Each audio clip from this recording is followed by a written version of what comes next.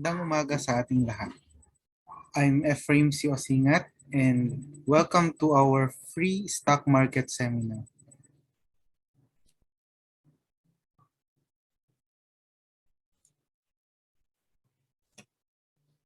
Before we start with the free lecture, let me read to you this disclaimer that any of the statement or opinion expressed in this presentation are my own and do not necessarily represent those of AIA Philippines.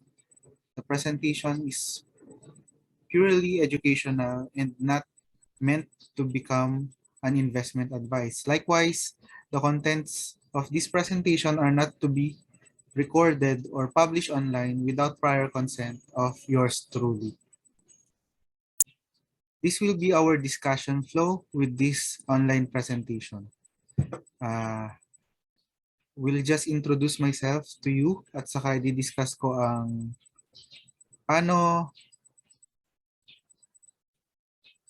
how the market works, yung compounding na tinatawag. I will explain also the basics or introduction of the Philippine stock market, specifically the PSEI, Candlesticks, Blue Chips, Penny Stocks.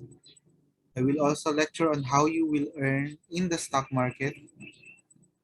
I will likewise lecture on the fundamental and the technical analysis, which can be used to analyze other assets as well, like cryptocurrency, Bitcoin, Forex, commodities like gold. So what I will teach you today is applicable also to other investment platforms. Okay, and then I will lecture on the hierarchy of investments and the ways you can invest in the local and global stock market. And then I will relate it to your goals and dreams, including the barriers to your goals. Finally, as the highlight of this presentation, I will lecture on the comparison of available investment platforms in the Philippines, which include life insurance, stock market mutual funds, treasury bills, bonds, Pag-ibig MP2, among others. So if you like the content of this presentation, then stay tuned and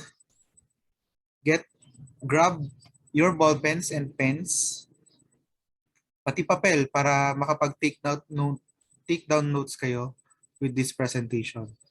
If you go out and search for these kinds of presentation, you'll be paying for 2,000 to 5,000 pesos per session. While this presentation, I'm giving it to you free. So, ang hinihingi ko lang po, if you like this kind of videos, then consider subscribing to this YouTube channel para makareceive pa kayo ng future videos tulad nito. Let me just introduce myself to you. I'm Efraim Osingat and I passed the Philippine bar exam last February of 2020-2021. Hence, malapit na po ako maging abogado. Pending the signing of the roll of attorney at saka taking of the oath, dun pa lang po ako magiging ganap na abogado. But for now, pending those activities, hindi pa po ako full-fledged na lawyer. So, I'm also a certified public accountant by profession. I passed the CPE board exam last 2012. So, part as well of my credential is that I am a master's degree holder, major in financial management with flying colors for the thesis entitled Financial Management Practices of Young Professionals in the National Home Mortgage Finance Corporation. I am also a registered financial planner, which is the highest certification for financial advisors in the Philippines. Their office is located at Ortigas, Philippines. Part of my experience as well is that I'm an assistant professor.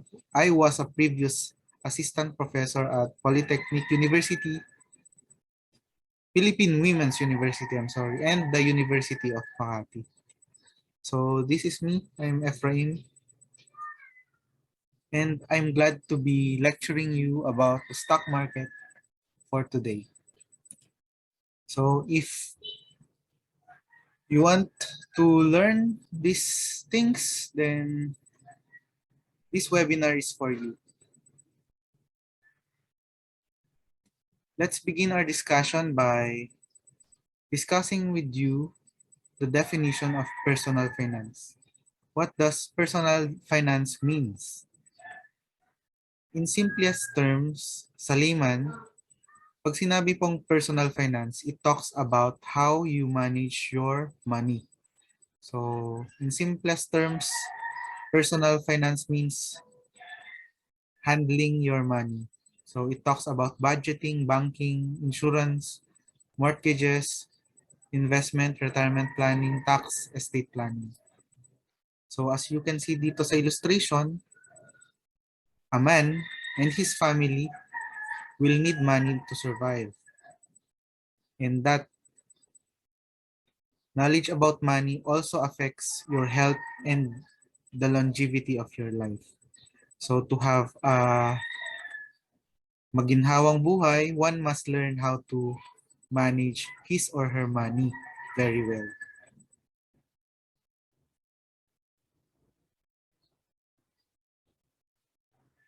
Kaya maiging pag-aralan ang personal finance kasi nga it affects your whole life as a man, including your family. So it is but right na alam mo kung paano ang tamang pag-handle ng pera. Say for example, if you're a single person without a family, however, marami kang utang despite na meron kang magandang trabaho, yet marami kang utang, then you will be living a miserable and problematic life because you are financing, you are using a lot of your resources just to pay off your debt.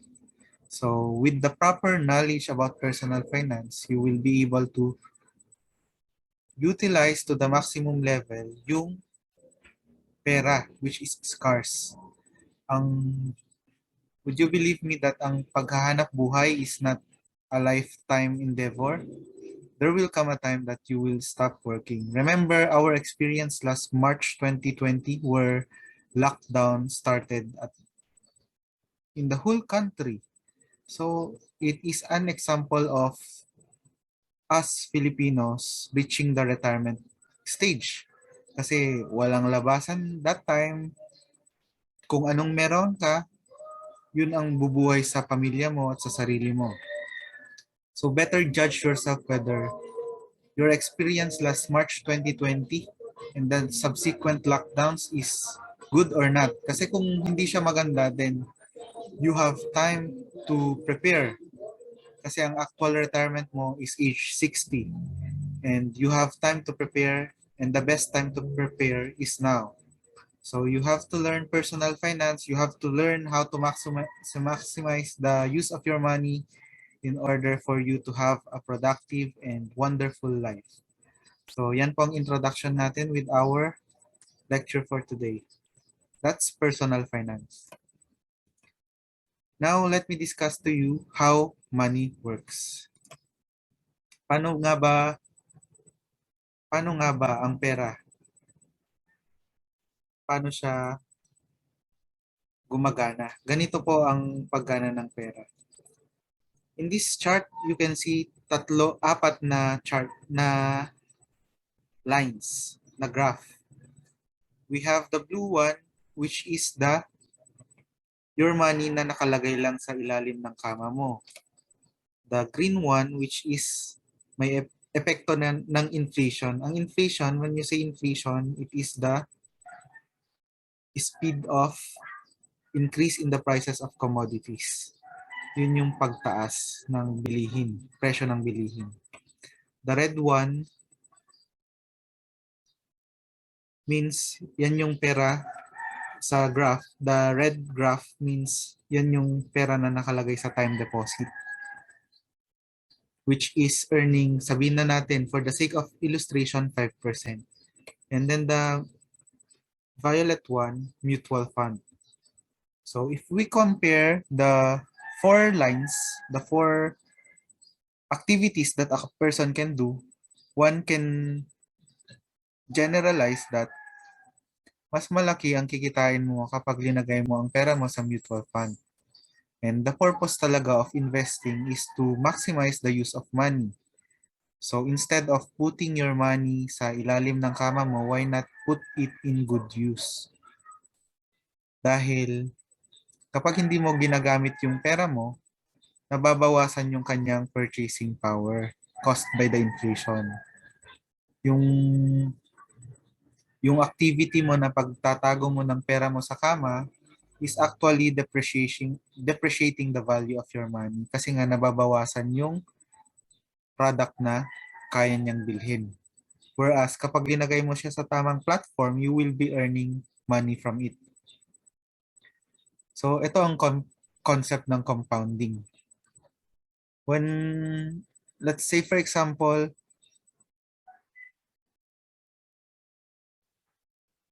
investment in the stock market. Ang compounding kasi, once you invest in the stock market, you buy a stock of the corporation and thereby you become the owner, part owner of the corporation. That investment in the corporation earns dividends and then nag-earn pa siya ng capital appreciation. So in that sense, nagiging compounding yung effect niya. So mas matagal mo siyang hawakan, the more tendency na tataas ang kanyang value. So ang ibig sabihin ng compounding, yung initial investment mo mapapatungan ng kita, tapos yung investment initially mo plus the kita, papapatungan ng kita ulit. So napapatungan ng napapatungan, nagpa-pile up, kaya siya naging compounding. That's the explanation of the concept of the compounding. Hence, when you invest in the stock market, your money is compounding. The same as true with the mutual fund. Kapag nag-invest ka sa mutual fund, nag-compound din ang pera mo. Whereas kapag naglalagay ka lang ng pera sa kama mo, it does not earn compounding. Naglo-lose pa yan ng value due to inflation. So in effect, yung return ng mutual fund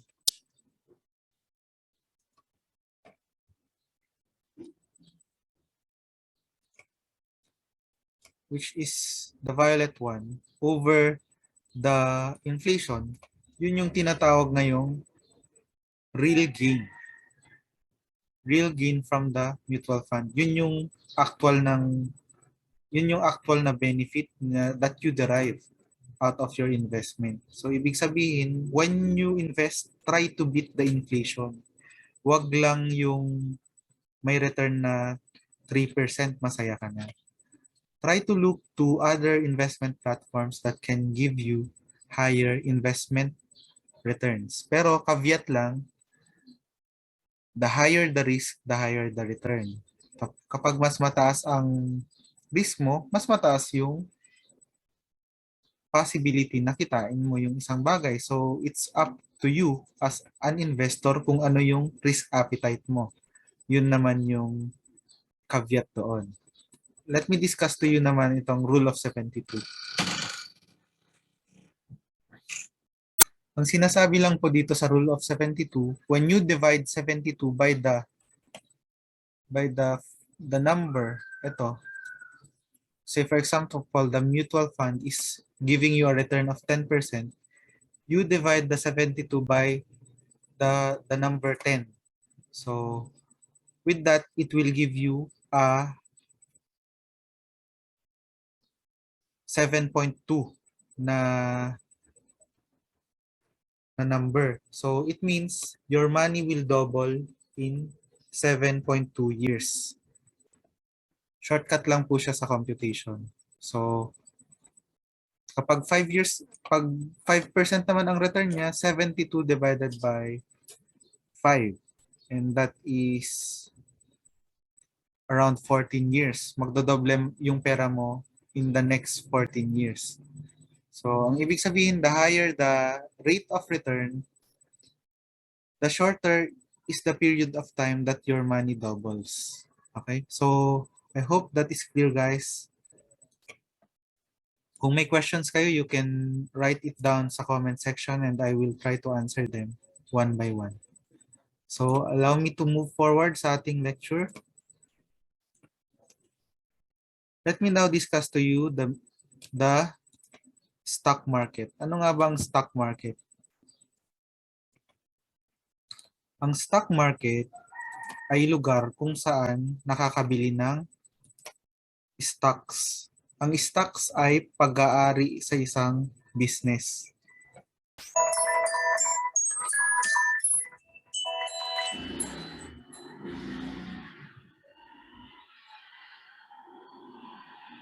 Hello po. Hello? Hello po. Hello? Ryan Quino from Home Credit and the police reported for quality purposes. Kailan po ba si Sir Efraim?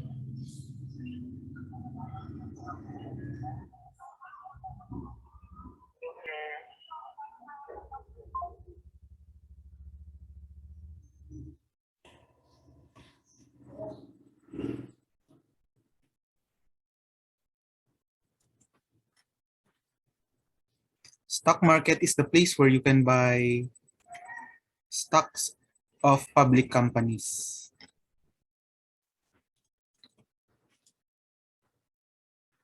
Isipin niyo siyang parang palengke. Kapag kayo po bumibili sa palengke, ang mga nabibili natin dyan, lahat ng pangangailangan sa loob ng bahay.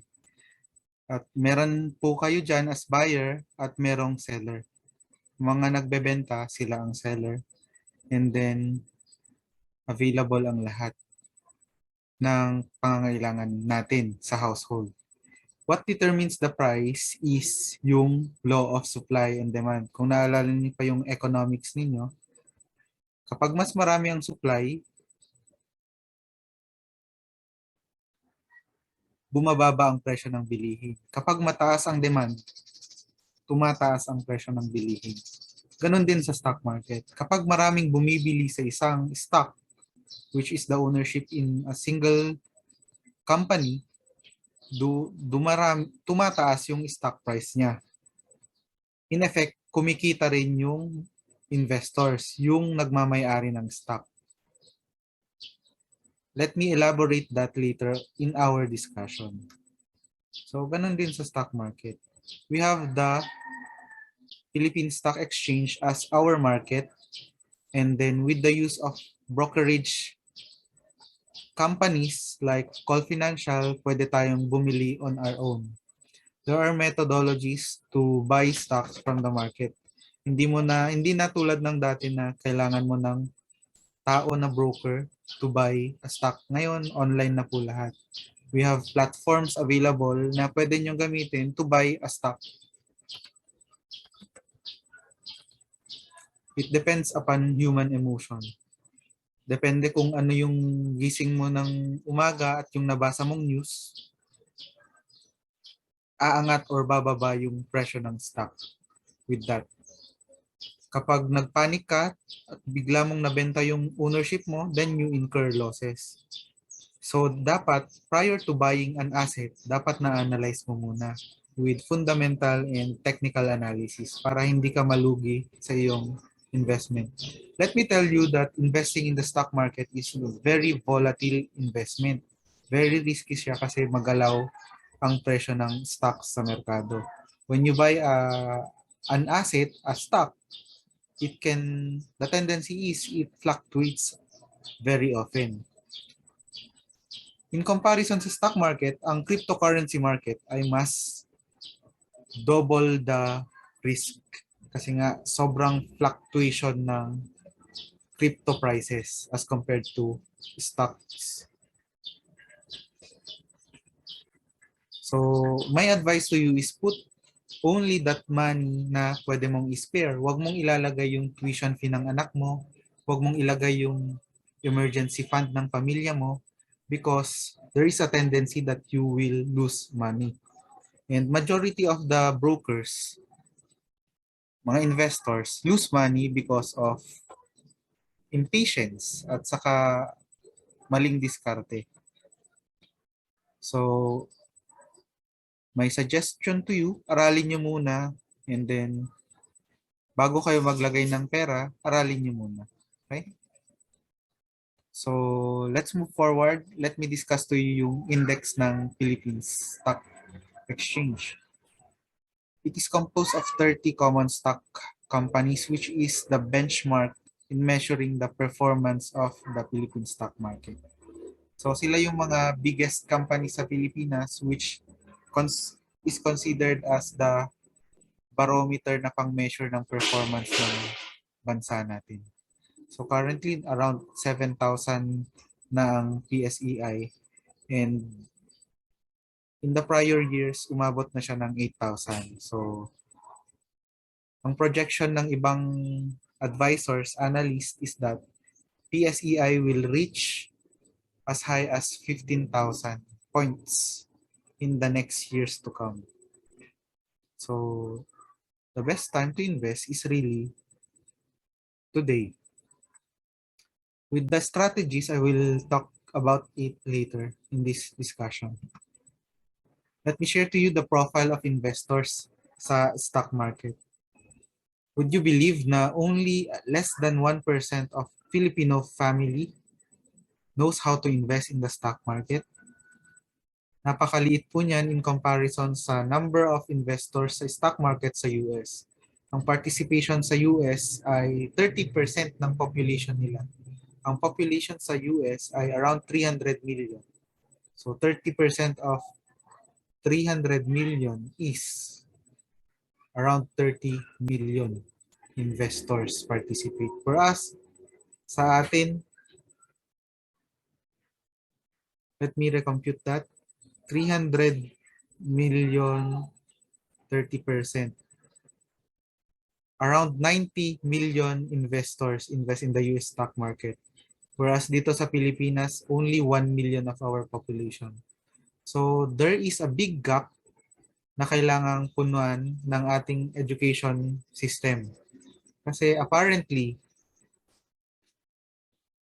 in order for the country to propel to the next level, kailangan makiparticipate ang investor. Kailangan tumulong ng Pilipino to put money in the companies para mag-grow pa ang mga negosyo sa Pilipinas. Of the 1 million accounts, 57% are online accounts. Ibig sabihin, nagtre-trade sila ng sarili nila. They don't need persons or brokers na mag-execute ng buy or sell transaction nila. They can do their transaction. At I will be making future videos regarding that. So better subscribe in this YouTube channel para malaman nyo kung paano. I will be using call financials for that. And then out of the 1 million market accounts, 62% doon ay may less than 500,000 annual income. Ibig sabihin nito, majority of the 1 million account holders are earning around 30,000 pesos per month. So, supervisory level yung trabaho ng mga taong ito. And then, 43% of them are ages 30 to 44. At mas madami ang male investors compared sa female investors. NCR pa rin ang may pinakamaraming nag-invest. And we have a lot of catching up to do dito sa Luzon. Kaya ako nagle-lecture ng ganito para din sa kaalaman ng lahat. And to my fellow Filipinos dito sa Luzon, maybe you can learn how to invest in the stock market. Not only for your benefit, but for the benefit of the whole country. So, allow me to discuss candlesticks. So, I think some of you already saw charts. Kapag charts ng mga stocks. So kapag pinagsama-sama mo sila, ganyan ang magiging itsura. It will represent a projection. Makikita mo ngayon yung trend. As you can see. Ulitin natin. If you dissect this graph, ito yung magiging itsura niya. A green bar and a red bar. A green bar indicates an increase in that stock price during the day. A red bar indicates a decline in the stock price during the day. So kapag ganyan, so depende sa chart timeline na ginawa mo sa iyong chart. Kapag pinagsama-sama mo sila, magiging ganito ang itsura niya.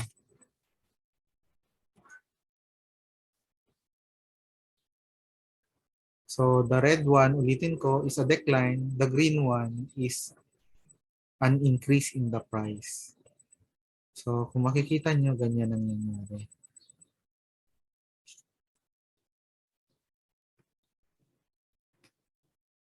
Remember March of 2020? Itong presentation na to was made last March of 2020. In-update ko lang yung ibang items and then furnish it to become a presentation.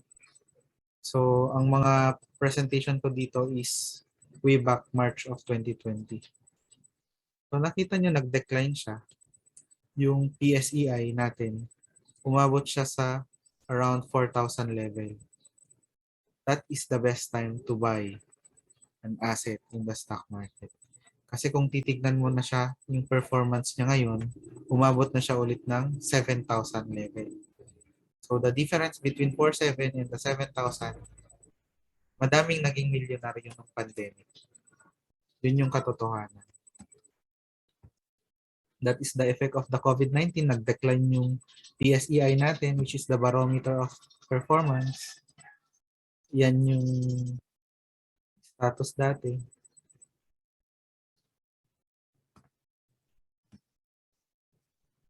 Ayan. Pati yung DJI, Dow Jones Industrial Average, bumagsak din. Negative 37%. Ang PSEI, nag-decline 38%. Ganun din ang SPX 500. These are US stock, US indices. Nag-decline din sila, 33%. Pero ang worst performer na index during that time is the Philippines, 38%. And nag-drag yan hanggang 2021. Ngayon pa lang siya nagre-recover ngayong 2022. So, to give you an example, nung 1994, you bought a share of Jollibee. Ang cost lang ng Jollibee dati is around 15 per share. You bought 1,000 shares. Today, in 2020, ang market price na ng Jollibee is 95 per share.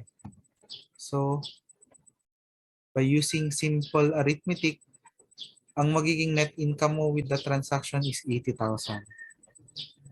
You just have to buy the earliest time possible and sell it at the time of the peak of the price. Yung Jollibee, umabot yan ng 200. Pero because of the pandemic, nag-decline siya, nag-95. Pero kapag nabenta mo yan at 220 per share, limpak-limpak ang perang nakita mo. So my advice is buy low and sell it at the best possible price there is.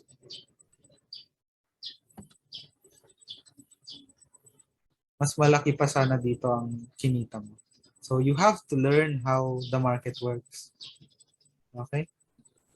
Tapusin ko man nun dito at masyado nang mahabang presentation ko. Please come back for the part 2 of our presentation. This application will let you trade all assets in the market today, which include stocks, crypto, ETFs, indices, forex, commodities among others. You can also copy the traits of the best traders, which is called social trading or copy trading. Earn rewards. Start by using my affiliate link. I may earn commissions from your registration. Welcome to the part 2 of our free stock market webinar. So, ipagpatuloy natin yung lecture kanina. So, Jollibee, you bought Jollibee noong 1994 at 15 pesos per share, 1,000 shares ang binili mo. Whereas ngayong 2020 ang market price niya na is 95 per share. So, technically you earned money from the transaction. Nag-income ka of about 80,000 pesos. Kung ileles mo yung tax, you will net 79,520. But as mentioned kanina, if you timed the market correctly, you could have sold that investment nung nag-reach siya ng 320 per share. In that case, ang kinita mo sana ay 305,000. So the lesson learned there is that you also need to learn when to sell. So you need to learn technical analysis to time the market, when to buy and to sell the shares of stock para mas ma-maximize mo yung profit. Benefit for gun is 225,000. Nung naibenta mo at 95 you are 1,000 instead of 320 per share. Yung benefit for gun mo is 225,000 pesos. That's a huge sum of money. Ngayon, ang Jollibee Foods naglalaro around 220 hanggang 240 per share. So, imagine niyo it went down rock bottom 95 per share. And then now, with the recovery ngayong 2022, umabot na siya ng 200 to 220. So, in effect, you could have accumulated more shares of stock ng Jollibee. Kikita rin kayo ng pera with the recovery. So, ganun ang investment. So, you have to know the market, you have to know the technical analysis, you have to know the tools, you have to have principle, when to buy, when to enter, when to sell. You have to have that principles na kayong magde-decide on your own. When will you execute a sale? When will you execute a buy? Dapat meron kayong diskarteng ganon para whatever happens, basta sinusunod nyo yung inyong policy or yung principle, then win or lose, you are satisfied with the result. Whether you gain so much or you lose so much, ganun talaga ang buhay. You don't win always. Sometimes you incur losses, but the more important lesson there is you learn to build yourself better out of the experience. So, ganito nga, if you learn this stock market investing skill early on in this lifetime, by the time you are retiring, baka naglalaro ka na lang ng stock market and you will be able to get money to buy your groceries. Ganun kadali. You have 5 days a week, and then from market opening at 9:30 hanggang 4:30 na closing, you can produce money for your groceries. Ganun kadali mag-produce ng pera pang bili ng groceries and the other luxuries na pwede mong mabili out of that. Pero to tell you, you needed experience para ma-reach yung ganong status ng kagalingan when it comes to trading, because more often than not, stock traders, the traders of the financial market incur a lot of losses kasi nga kulang sa expertise, kulang sa principle, kulang sa guidance, and tendency they lose a lot of money. But if you master this skill, maganda siyang source of funds. I don't doubt na kaya mong i-master yan with your caliber na nagpupursige kang mag-research to learn more about the market. No doubt, kaya mong pagkakitaan ng stock market.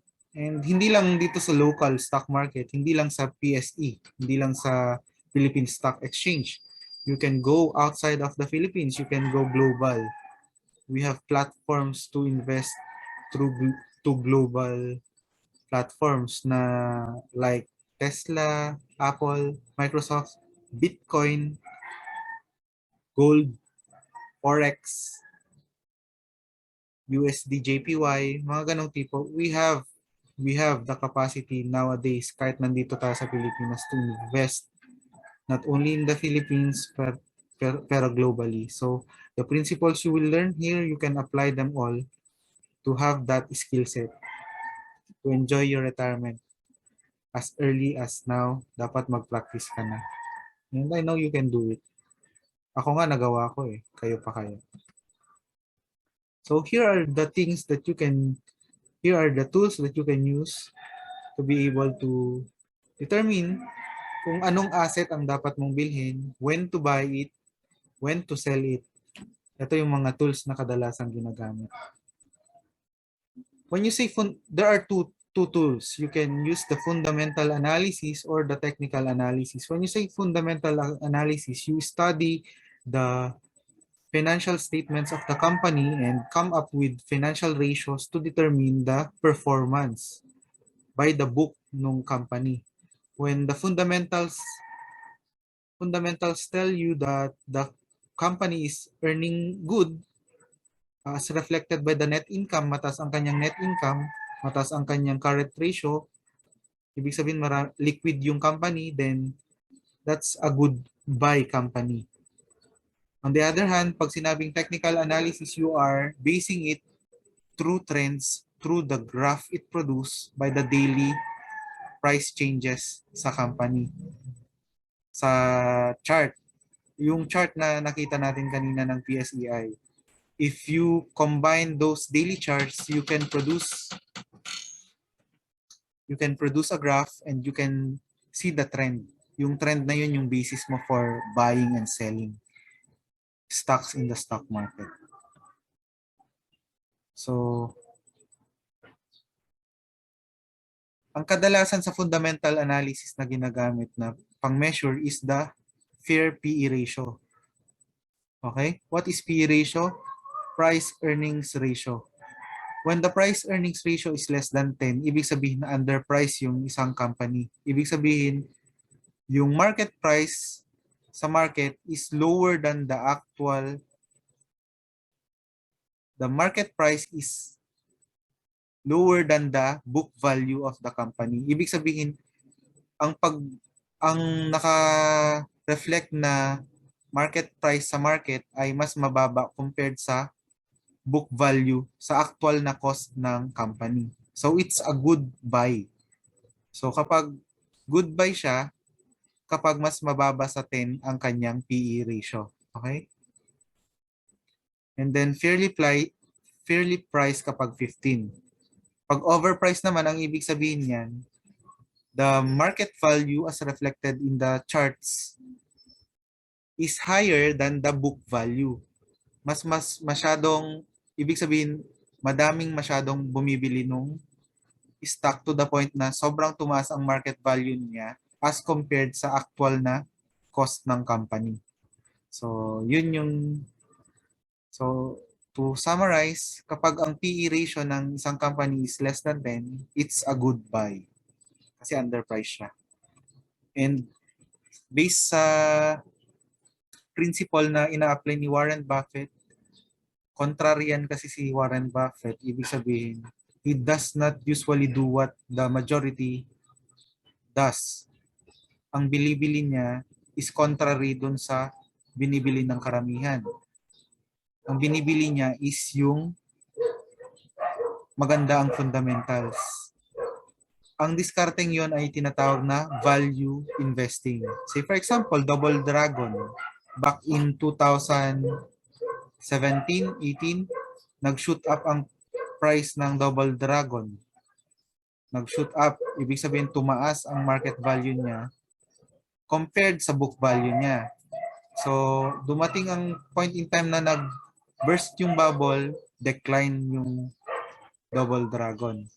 So, if you tend to analyze the fundamental analysis ng company and compare it to market value, then you could have made a decision not to buy double dragon kasi nga overpriced siya. So, ganun yung tulong na mabibigay ng fundamental analysis. You will know na overpriced na pala tong asset na to. It would be difficult to enter this asset.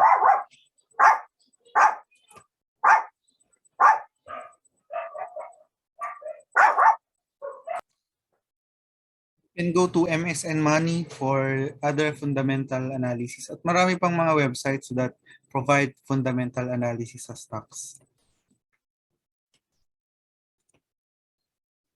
So let's go to technical analysis. As mentioned kanina, you base sa graph ng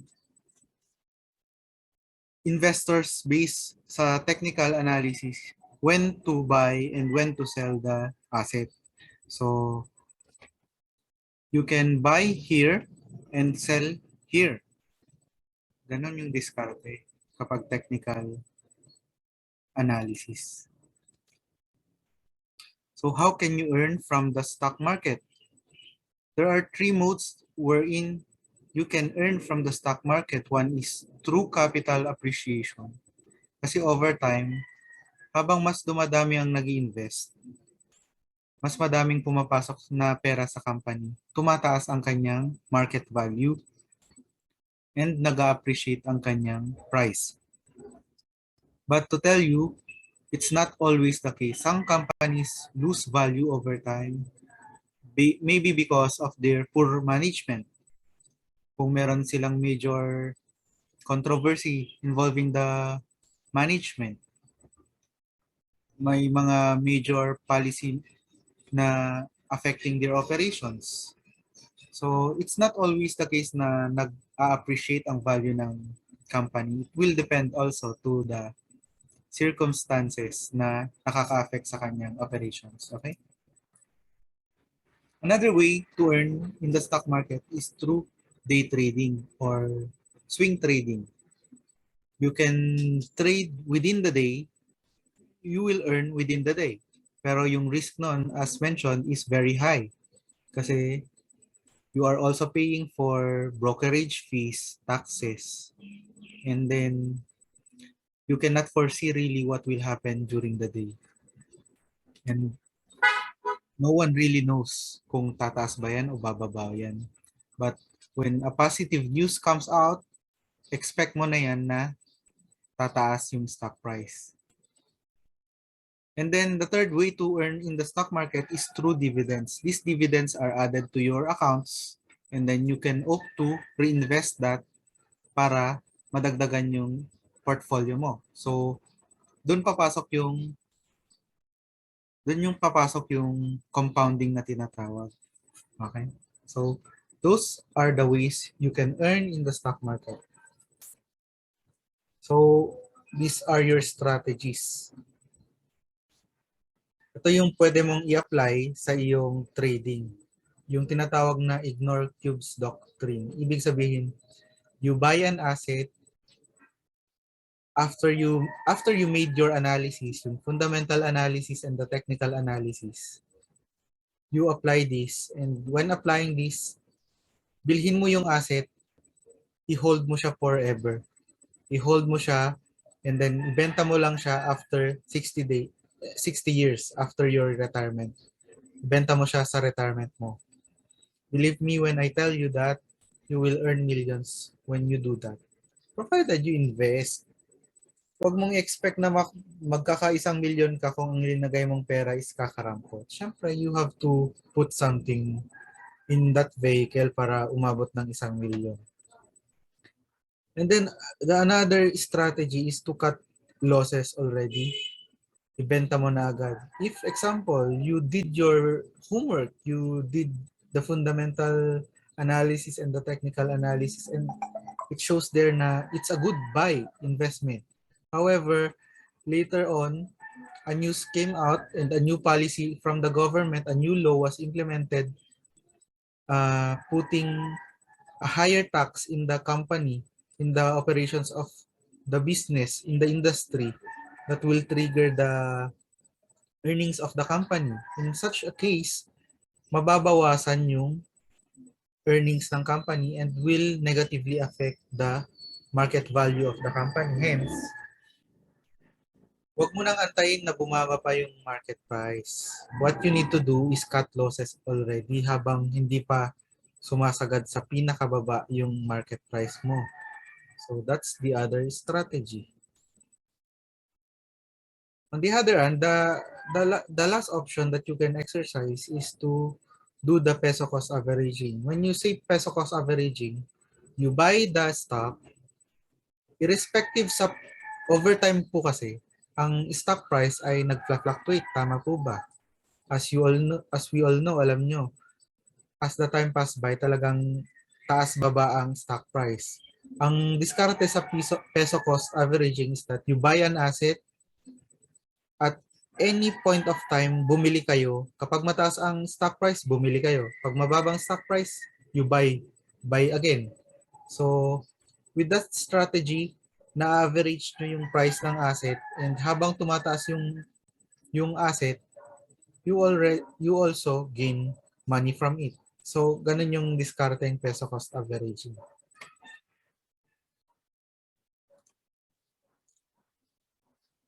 Another strategy is to invest in less risky vehicles. You can opt to invest in bonds, government bonds, government securities, or invest in corporate bonds. Yun yung isang diskarte. Or you can invest in Pag-ibig MP2 because it is a government corporation, it enjoys sovereign guarantee from the government. So you will have lower risk with your investments.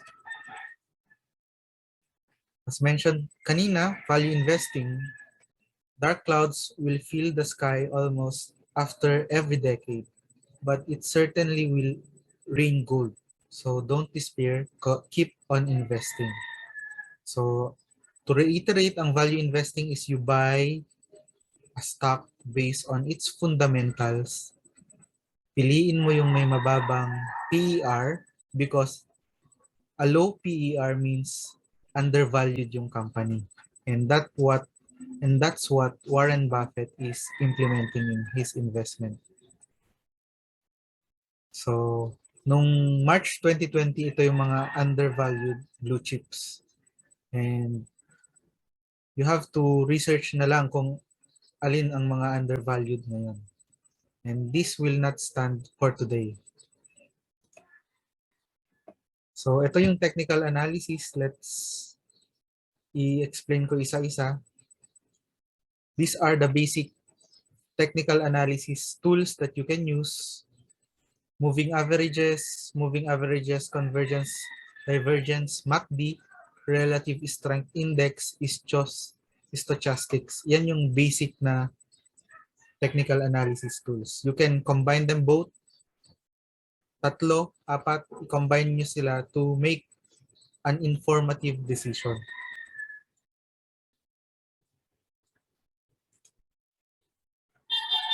So let's take a look at the graph of PLDT with the ticker name TEL.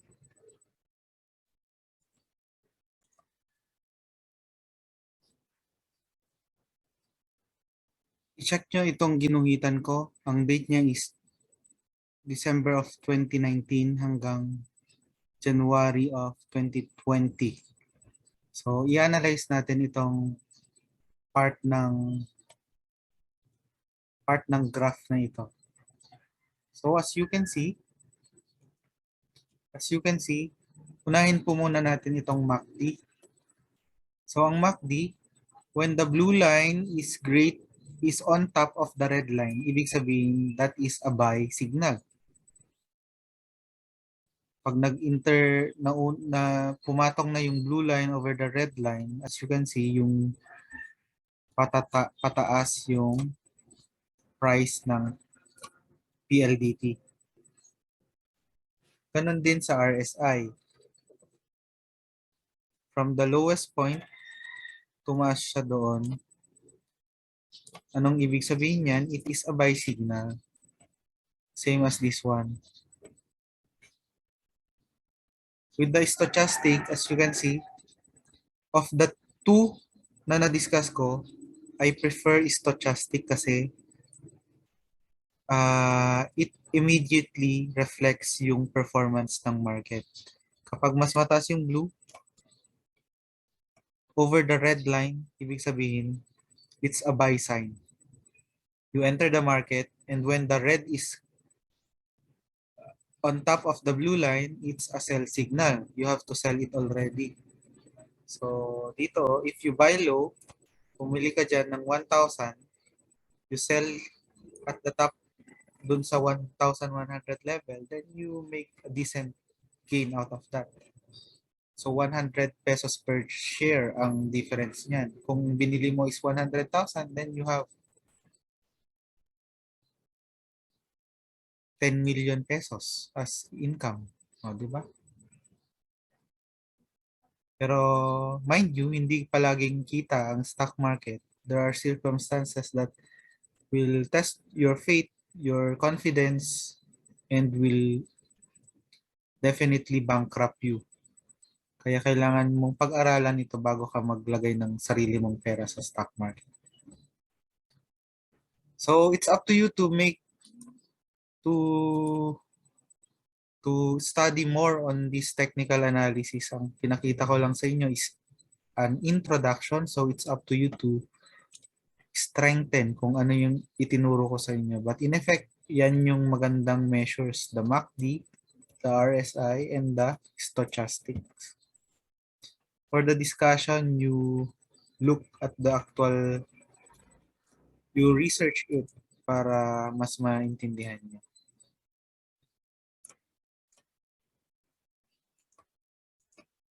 Let's go to the next topic and how you can address the risk ng investing sa stock market. Well, there are ways to mitigate the risk, and one of which is to diversify your investment in the stock market. Instead of investing in a single company like PLDT, you can opt to invest in indices or ETF. We only have one ETF sa Pilipinas, which is called the FM ETF.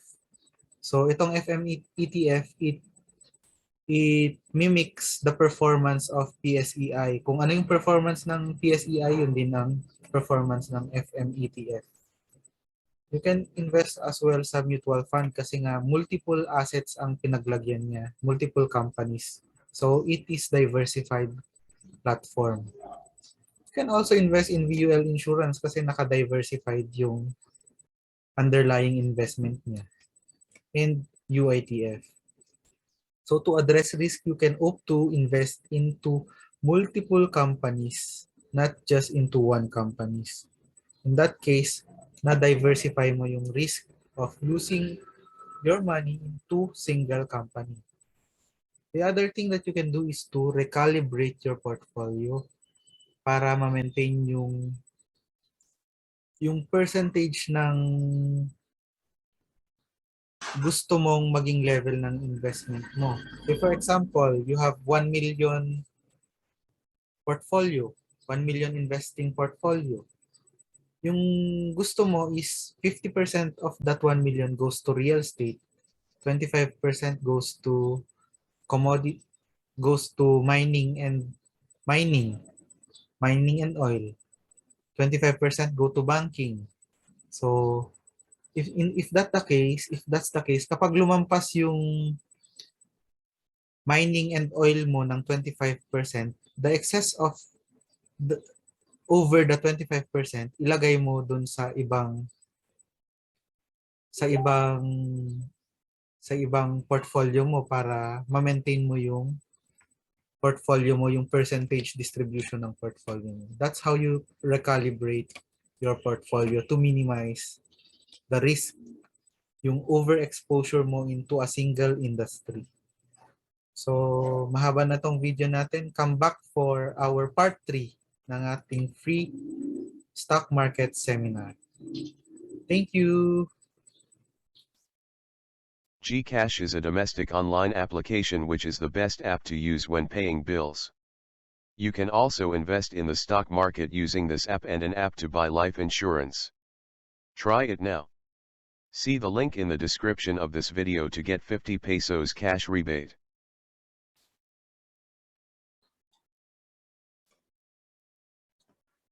Welcome to the part 3 of our free stock market investment seminar, webinar. At nandito na tayo sa part ng disadvantages. So with regard to disadvantages of investing in the stock market, here are the following. Unang-una sa listahan, mataas ang risk involved when investing in the stock market. Again, the stock market is very volatile kasi nga when a news update, a degrading one, a negative news regarding a business or a stock, a public company, it can eradicate billions of dollars sa company. Like, for example, I will give you a good example. Like, Elon Musk, when he tweets something about Tesla, the stock price of Tesla is likewise changing. When news about Tesla, yung crashes ng Tesla cars, it also affect the stock price of Tesla. Another example is with regard to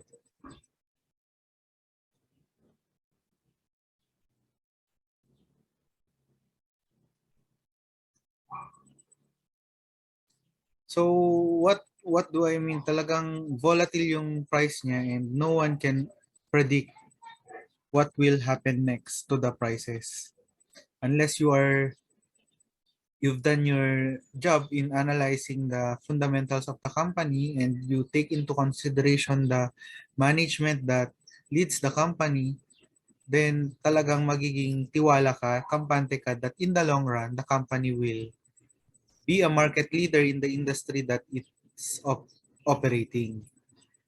Like Meralco, now it's a market giant and a recurring dividend provider sa stock investors. Kasi utility siya and at the same time, palagi siyang nagbibigay ng dividendo sa kanyang mga investors. Through time, you become a market leader in the industry that everybody recognizes you as the market leader and mahirapan na silang patumbahin yung company and you become the leader. Another example is that remember when the franchise of ABS-CBN was shut down by Congress? So the stock price of the ABS-CBN plummeted rock bottom. Bumagsak siya talaga. In contrast, yung kalaban niyang network which is the GMA skyrocket in price. So ganon ang stock market. Mabilis ang change in the price that can affect your investment. That's why it's very risky. And never put money that is for emergency na i-invest mo sa stock market. It's not a good idea. It's not even a good idea to borrow money to invest in the stock market because you can really tell whether you will earn or not unless you are a good trader and you know how to recharge. But nevertheless, learning the art of investing in the stock market is a good way to start and increase your knowledge sa personal finance in order for you to retire with money by the time you retire.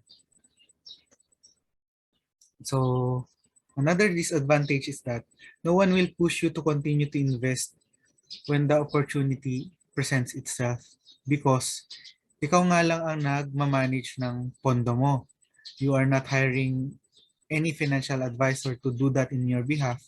Kaya you cannot monitor the market every time. But it only takes a minute or so to monitor the markets. But in the case of stock market investing, dahil nga ikaw lang ang nagmamanage ng account mo, then the tendency is you tend to miss the opportunities that the market present. Kung meron ka sanang advisor to guide you, then yun ang maganda. You can capitalize on the opportunities. Ano tinutukoy kong opportunities? Remember the March 2020 decline ng PSEI? That's the best opportunity sa ating lifetime to have entered the markets. Yet, konti lang ang nakapasok at konti lang ang may alam ng stock market. Another disadvantage is failure to decipher when to cut losses.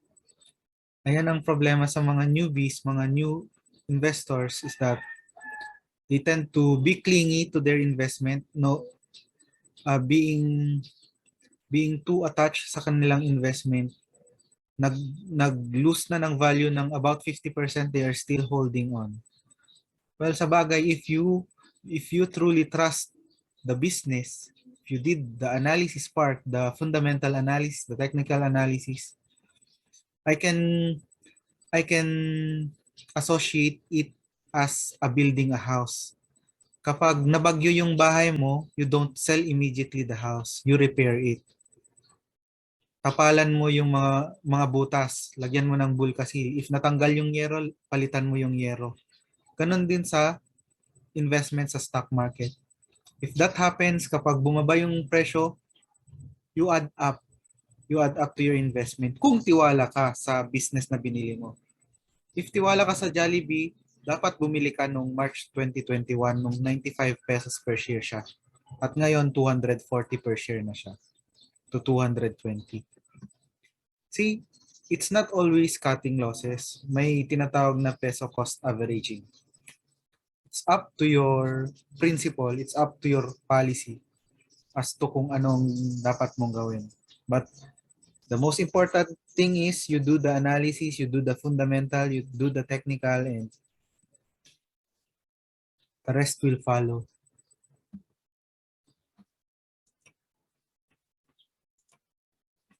So let me present to you the graph of the PSEI from 1986 up to Duterte's time in 2016. Ganito kasi yan. When you enter the markets noong 1986, probably different ang rates of return ng mga yan. So the best time to invest is dun sa pinaka-bottom ng every cycle. Kasi it's a cycle eh. It's a cycle of ups and down. You have to time the market. When is the best time to buy? It is when the market is at its lowest. So check na tong mga graph guys. And ipapakita ko sa inyo yung rate of return for every financial crisis na nagdaan. So kung nung 1986,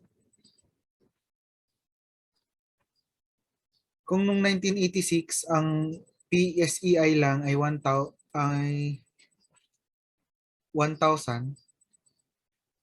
level. In 30 years time, let's say for example, you invested in 1986. Ang index that time, sa index ka nag-invest, ang index that time is 1,000 level.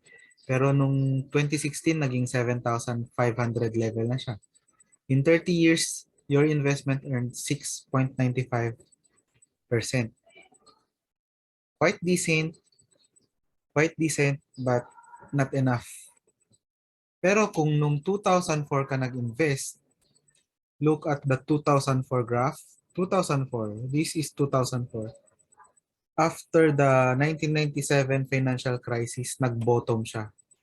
Nakita nyo yan, 1997 financial crisis. This is the 1997 financial crisis. Recovery, however, nag-decline ulit. If you buy at this point in time, 2004, the bottom of the crisis nag-subside. If you bought in that level and you hold that investment until the time of Duterte, it would have given you a return of 18.28%. Kung yung ininvest na pera mo is 100,000, it is now 750,000. Katumbas niya yung ininvest nung 1986 na 30 years na holding period. Ito, shorter period pa, 12 years lang. 12 years, 18% return. You see, the lesson here is that you should learn how to time the market. Buy at the best possible period, which is the bottom. Yung rock bottom, tandaan yung rock bottom, and you sell at the highest possible. Ayun, dun ka kikita. So you have to learn how to read technical charts para ma-apply mo yan, na ma-maximize yung income mo out of that. So this is another example. Si Warren Buffett started investing at age 11. He earned his first billion nung 54 na siya. At 85, someone asked, at 85, he has now accumulated 66 billion. When asked about his greatest regret in investing, he answered, he started very late. Ibig sabihin, very late pa yung age 11. Sana nag-invest siya at age 7. Kasi that difference of a few years means billions of pesos in increment sa kanyang investment na 66 billion sana. Ito yung company ni Warren Buffett, Berkshire Hathaway stock, 1990. So you see, nung 1995, around 25 per share lang siya, 25,000 per share, less than 25,000 per share. But now, look at it now. It's a mammoth growth with $248 per share. That's how pricey this stock. Because itong company ni Warren Buffett doesn't give dividends away to investors. He believes in keeping the dividends para lumaki yung kanyang company.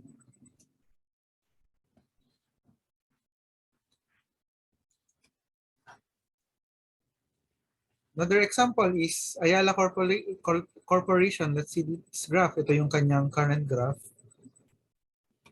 From 1,100 na peak niya nung sometime 2017, it went down to as low as 417, 215 per share. Diba? BDO as well. It went from as high as 170 and down to 94 per share. Those are buying positions. Ngayon, nakabawi na ng mga yan. The last time I checked BDO, nasa around 120 per share na siya. Pero look at that span of time. 160 down to 75 in a span of less than 1 month. That's how risky investing in the stock market is. However, the return likewise high kasi if you invested and you buy BDO at 70 pesos, 75, ngayon 120 na siya, then the upside is a gain for the investor.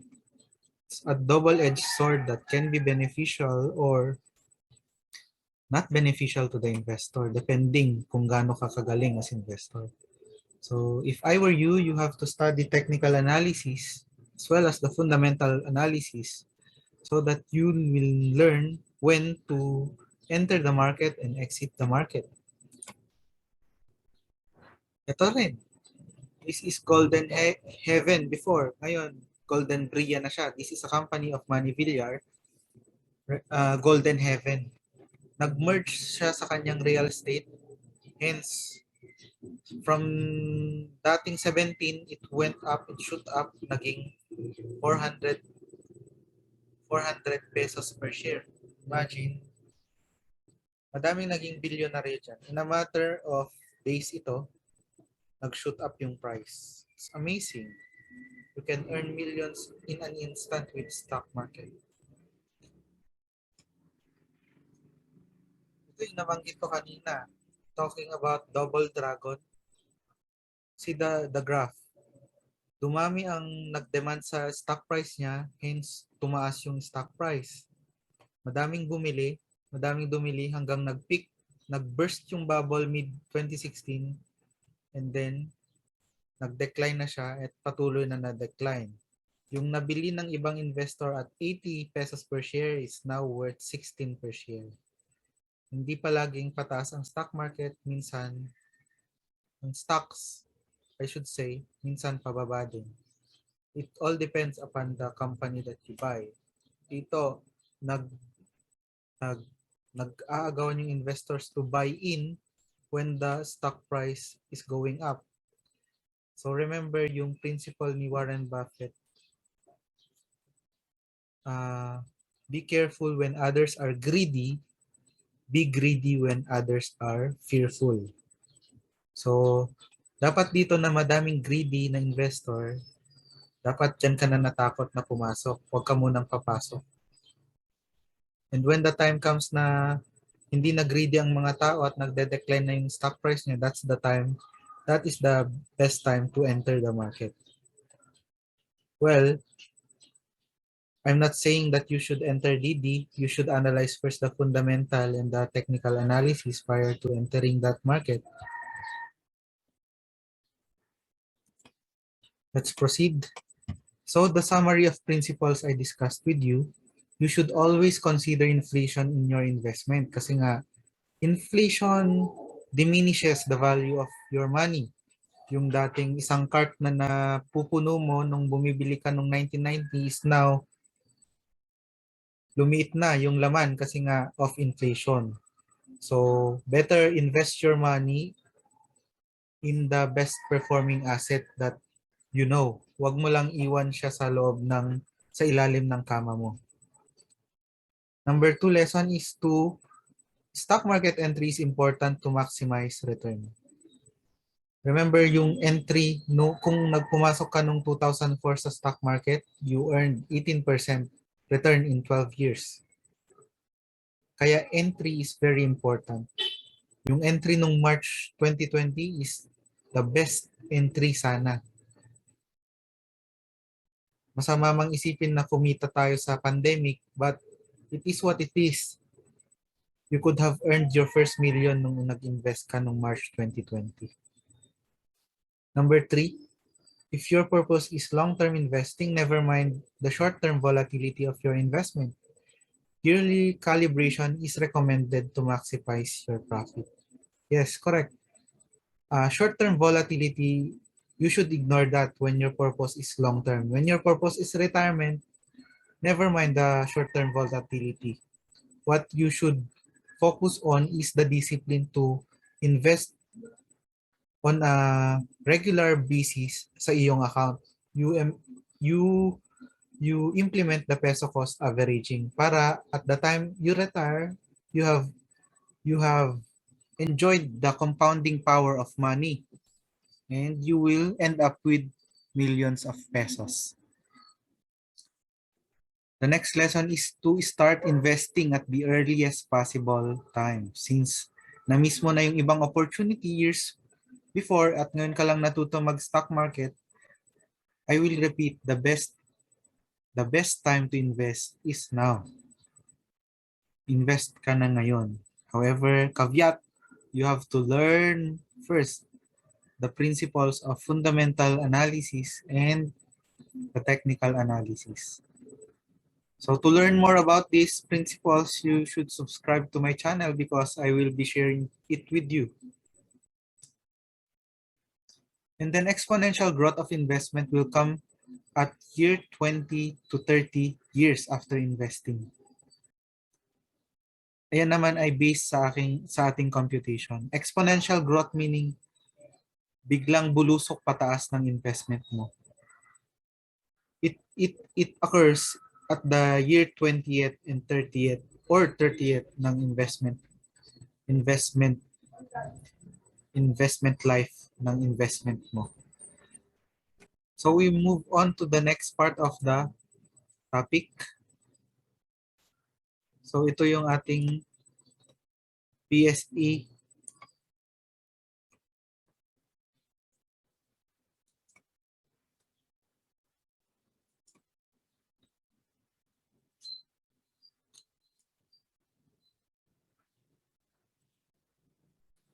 GDP is constantly growing, currently ranked number 37 world economies.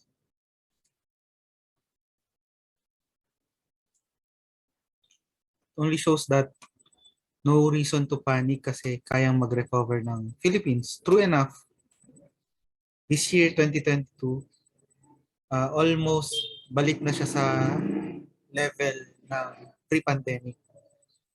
Ibig sabihin na kaya ng Pilipinas, despite of the billions, trillions of loans for COVID-19 by the government, kaya pa rin mag-recover ng Philippines.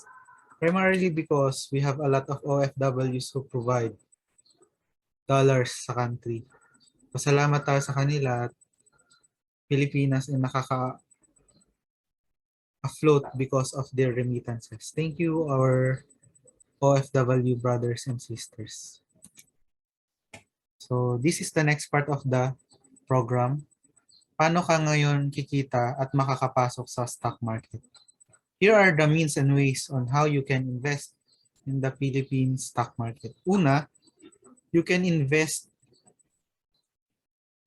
via buying individual corporations, meaning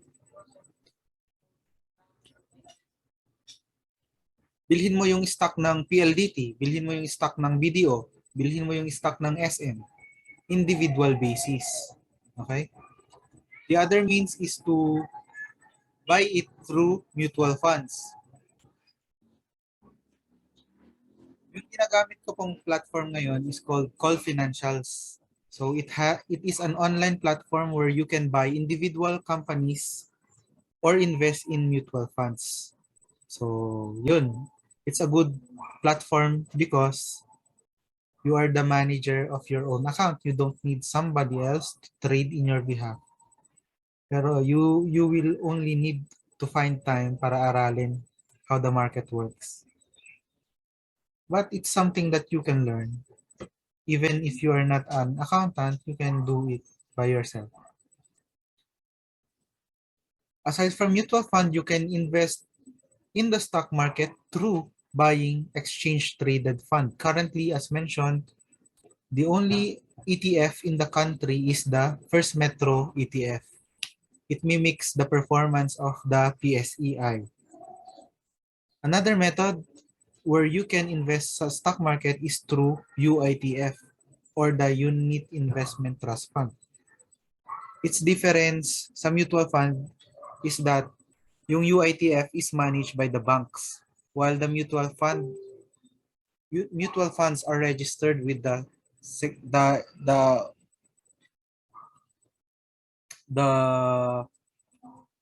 mutual funds are registered with the Securities and Exchange Commission.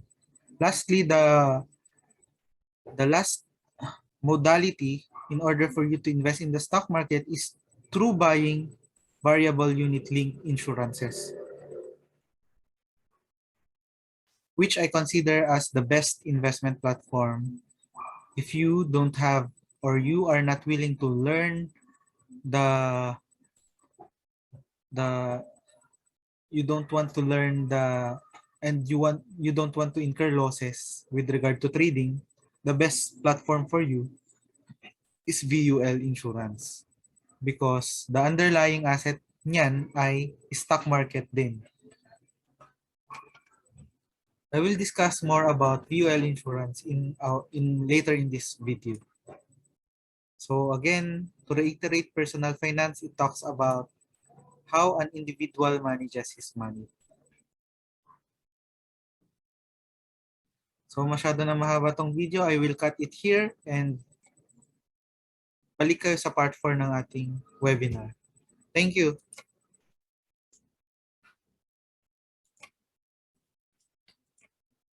Earn passive income from sales by promoting product links of Shopee, Lazada, Zalora among others.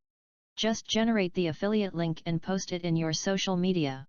If someone buy, you will earn commission. Check out the link on the description to get rewards.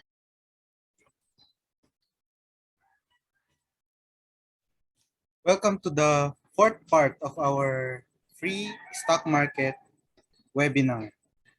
So let's go to the topic, how to maximize your hard-earned income in relation to investing in the stock market. So paano mo nga ba mapapa-maximize pa yung hard-earned income mo? And the answer to that question is very simple. Allow me to discuss and elaborate my answers later. Ano ba yung mga goals mo sa buhay, if I may ask you? When I talk to clients, their usual answers are related to their families. They wanted to provide more for their families. Napakaganda ng goal na yan. It likewise resembles to my goal as well. Kasi sino ba naman ang maghahangad ng pangsarili? But we always think of our family first before ourselves. Ganun naman talaga ang Pilipino. We think of our family first more than others. So I guess yung goal mo is related sa family at kung paano mo sila matutulungan. And that's a presumption that I guess all of you will agree to me. Na yun talaga yung goal niyo. So let me tell you na yung goal nyo na yan relating to your family always have barriers. At ito yung mga barriers na yan. Untimely death. Meron ding accidents. Meron ding hospitalization because from time to time we tend to incur accidents that causes hospitalization. Meron ding natural calamities like Typhoon Ondoy and the like, mga lindol, man-made disaster, mga coal mines natin and mining na causes death to people. Likewise, critical illnesses. And lahat naman tayo merong istorya sa bawat pamilya na may kapamilya na nagkaroon ng critical illness. Critical illness like cancer, stroke, whatnot. My father is one of the persons na naka-experience ng critical illness.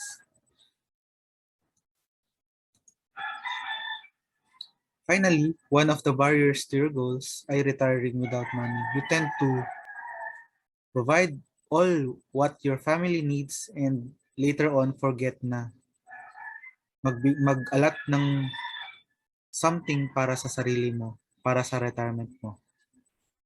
These are the barriers to your goals when left unchecked,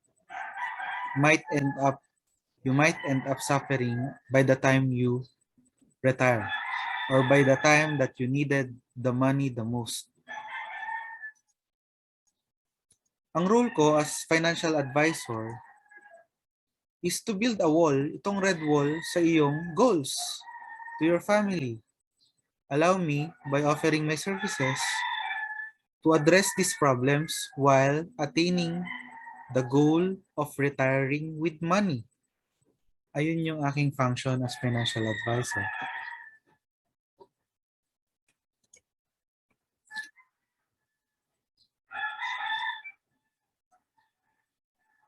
The solution that I can share to you is to invest at least 10 to 20% of your monthly income para sa investments and your protection for your family.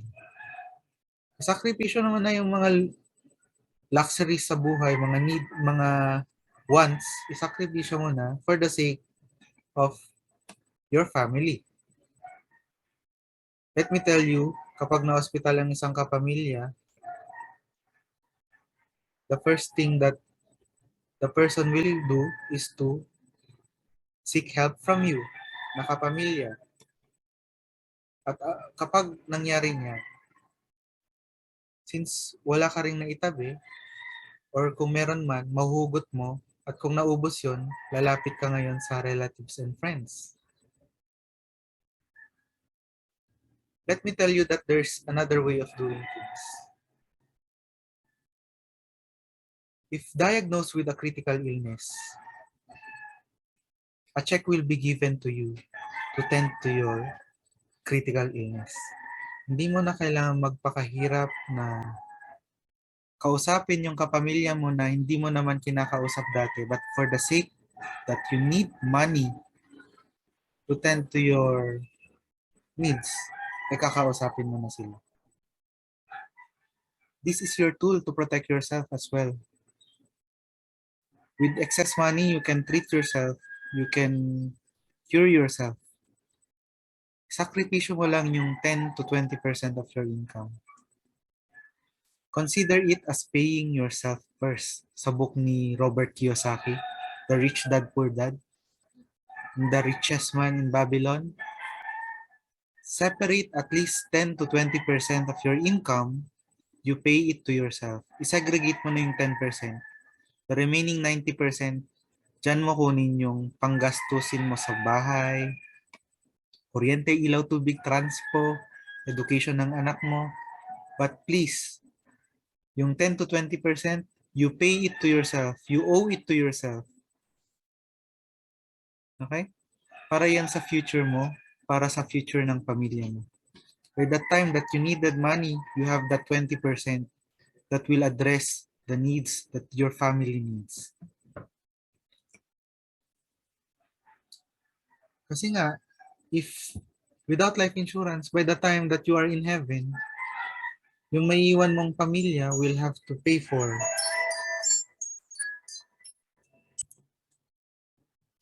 Whereas yung maiiwan mong pamilya will have to pay for the house, pay for the food, to pay for the tuition fees.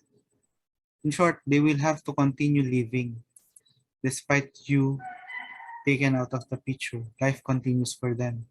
At kapag nawala yung income na pinoprovide mo sa pamilya, titigil ang mundo para sa kanila. And they will also have to pay for the obligations you left to them. Kapag utang ang iniwan mo sa kanila din, imbis na yung ipapamana mong bahay sa kanila, it will have to be sold just to pay off your debt na iiwan mo para sa kanila. Don't let that be your legacy sa mga anak mo. Allow them to maintain the lifestyle that you provide for them by having that insurance to answer for that. Just in case you are taken out of the picture. Ibig lang sabihin niyan, your life is very valuable as a family provider for your family. Without you, the family will suffer.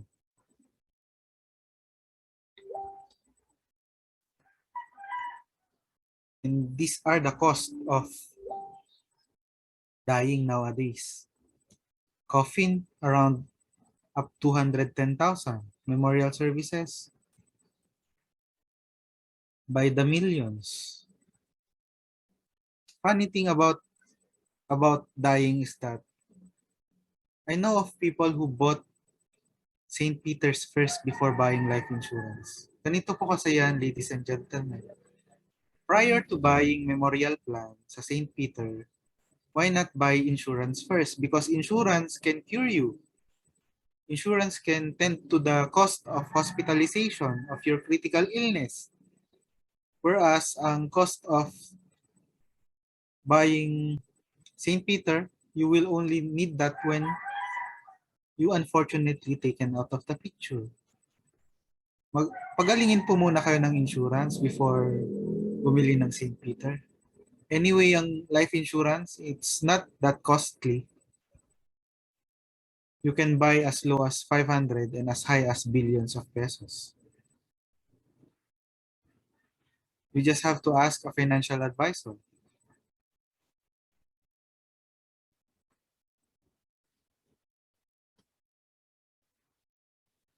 So, tumating na tayo sa point na, okay, gusto mong kumuha ng life insurance, but your question would now be, how much will be my life insurance? To answer that question, under the personal finance rule, under the rules, the rule of thumb is at least 10% of your income should be your life insurance coverage. 10 times of your annual income should be your life insurance coverage. Why?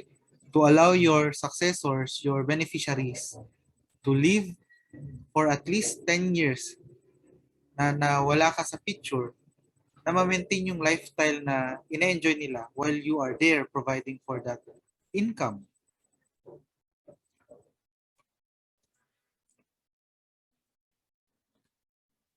It's up to you kung i-apply mo itong formula na nandito sa ating screen.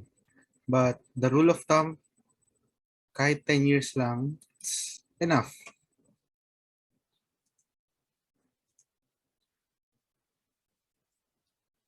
By the time that you are in heaven, your children will have to go to preschool, elementary, high school, college.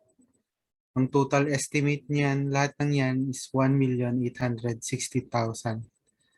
Without you as family provider, I think the remedy is to go to government schools ang mga bata. O kaya naman, tendency, your wife or your husband will remarry. Then we'll have the fund to fund the children's education. I say you take the alternative that you buy a life insurance, and in case you are taken out of the picture, life insurance will shoulder the cost of education of your children.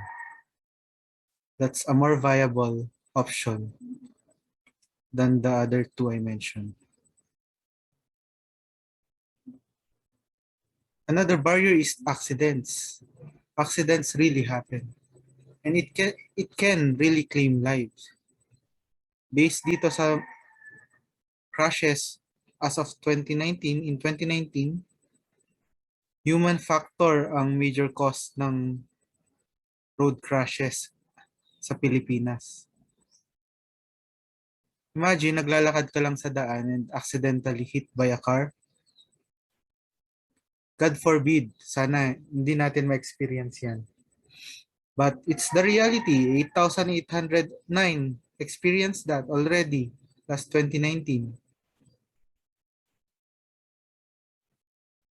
So you need a coverage for that, just in case. Another barrier to the goal is the cost of illnesses. As you can see, by the millions ang cost ng curing. In our family, dalawa ang unfortunately nagkaroon ng critical illness. My father who died from stroke, and my auntie died due to cancer sa kanyang I forgot the name of the cancer, but it's cancer. She was diagnosed December of 2017 and then died May of 2018. So she spent hundreds of thousands of pesos, and yet namatay si tita. Yun yung kasamaang palad. And before she died, she used yung lahat ng pinaghirapan niya just to tend for her critical illness. I don't wish that will happen to your family or any of our family, because napaka-unfair ng buhay. Yung pinagtrabahuan mo for the longest time.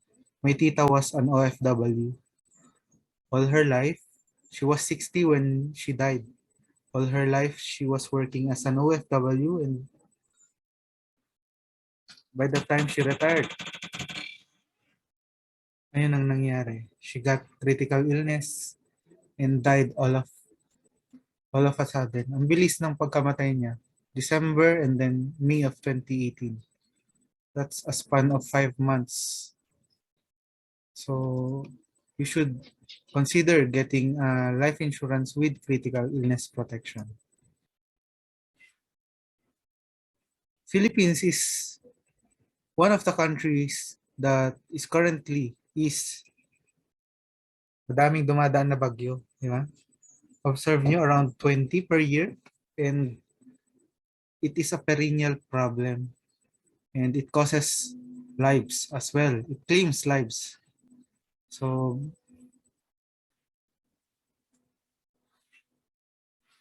and then we are also preparing for the big one. Kasi ang last na lindol is way back nung 1990 na super lakas. That's the time na ipinanganak ako. And then we are expecting a big one sa Metro Manila. In this lifetime, we will experience that, and we should all be prepared for that.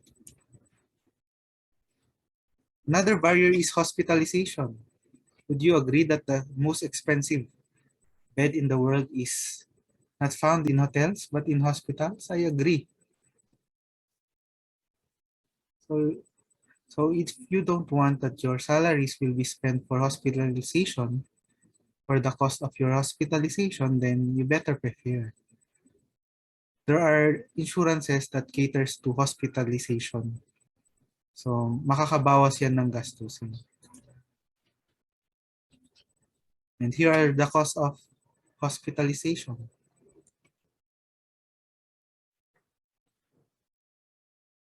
Good thing meron na tayong tinatawag na malasakit card, yung program ni Bongo. However, hindi lahat naman nakaka-access nun. Only the poorest of the poor. Kailangan mo ng barangay certification that you are indeed poor para ma-qualify ka sa program. When you have that malasakit card, your fee sa hospital will be freed. Libre na. However, hindi lahat. So, you will still have to have expenses when you go to hospital. May bawas ang PhilHealth, but it will not cover all. The last barrier to your goal is old age. Based sa libro na nabasa ko by Franco Modigliani, merong phases ang buhay, and there are 4 phases of life. Phase 1, phase 2, 3, and 4. Check out this phase 2.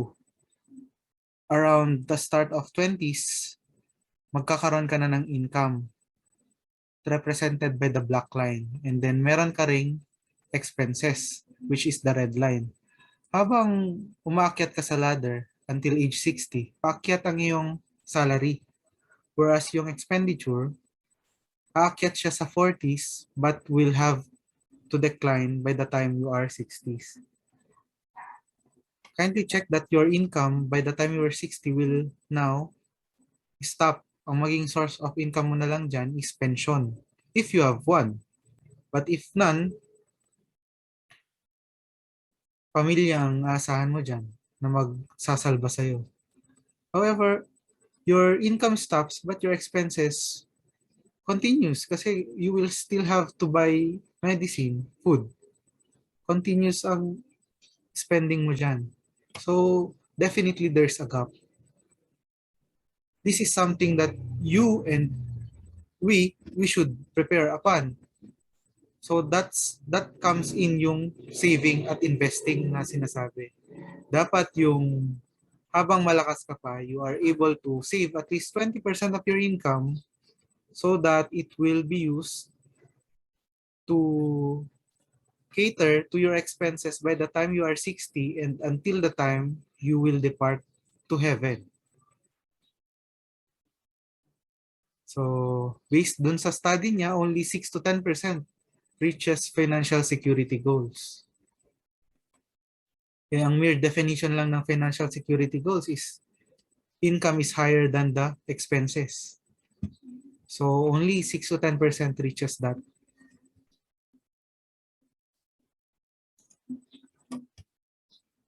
I can attest to everything that I've said kasi ang pamilya ko ang isang example niyan.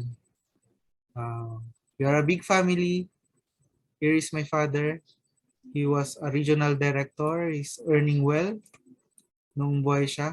By the way, this photo was taken 6 days prior to the death of my father. Unexpected death of my father. Third year high school, second year college ako niyan. Ito yung ikatlo namin na sinusundan ko.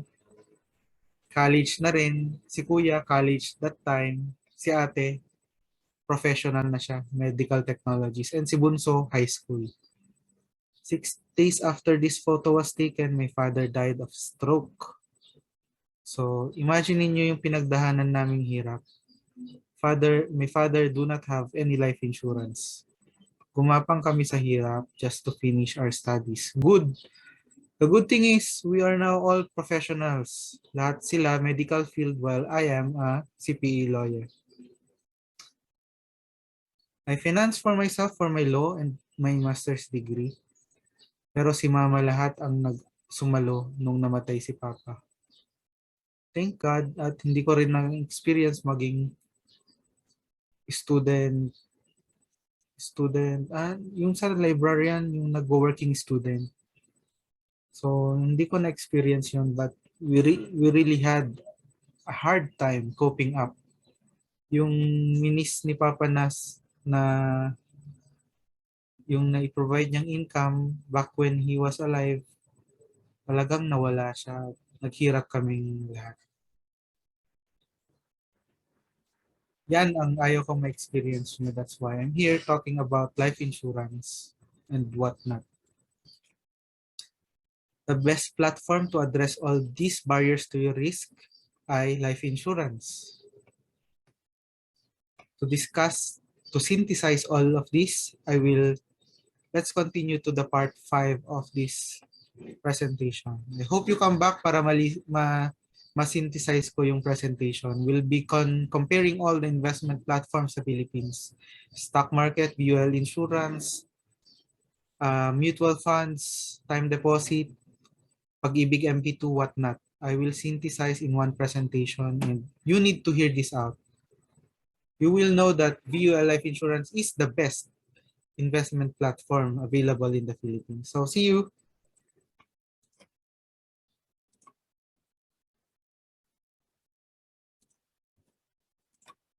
Earn passive income from sales by promoting product links of Shopee, Lazada, Zalora among others. Just generate the affiliate link and post it in your social media. If someone buy, you will earn commission. Check out the link on the description to get rewards.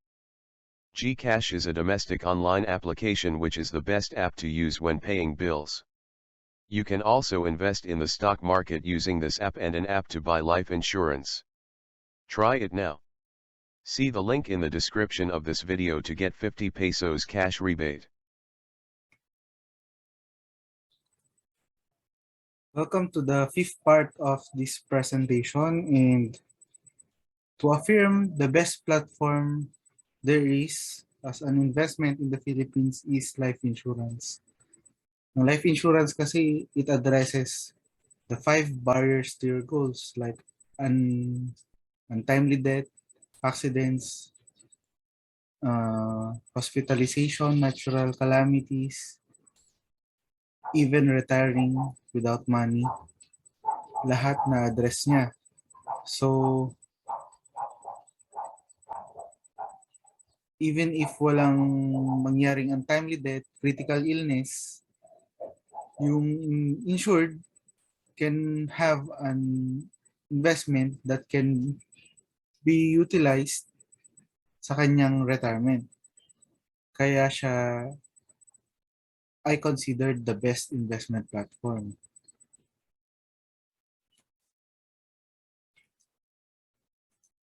To reiterate, ito yung ating highlight for the presentation. I compared all the investment platform available in the Philippines. Life insurance, VUL life insurance, Pag-ibig MP2, time deposit, mutual fund, treasury bills and bonds, stock market.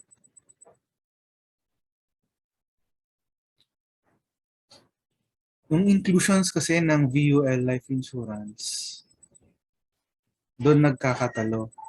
Although the rate of return, hindi siyang number 1, however, the product inclusions, ganito po ang pag-analyze dyan. Ang life insurance has life insurance coverage, accident coverage, health insurance coverage, critical insurance coverage, waiver of critical illness coverage, film vitality, and others. So, ibig sabihin, when a person died with UL life insurance, the family, the beneficiary will get a lump sum from the policy. Dito po sa ibang investment platforms, pag-ibig, time deposit, mutual fund, bonds, stock market, kung ano yung nailagay niya sa investment platform, yun lang pong mawi-withdraw ng pamilya. Okay? Hindi siya specific amount na nakalagay sa policy. With regards to the other investment platform, kung ano yung in-invest, that's the only amount that they can withdraw. In addition, if in case nagkaroon ng accident, kung ano yung equivalent of that, that will be given to the policy holder in the case of life insurance. Sa pag-ibig and the rest, kung magkano lang yung ininvest mo, that's the amount you can withdraw to address the accident. Ganon din when it comes to critical illness. If the critical illness is covered by the life insurance policy, then the insured is entitled to have the critical illness coverage. Whereas the rest na investment platforms, they are to withdraw only what they invested. Usually, maliit lang ang laman ng investment, so kukulangin pa. So, tendency is they will borrow money from their family and relatives at uutang sa loan sharks. Those problems are addressed by VUL Life Insurance kasi nga, if something triggered the claim of the life insurance, then automatic that the amount of life insurance will be given to the beneficiary. So again, with regard to return, under row 6, hindi nagkakalayo naman ang return na pwedeng maibigay sa inyo ng VUL Life Insurance. Hindi siya nalalayo sa iba.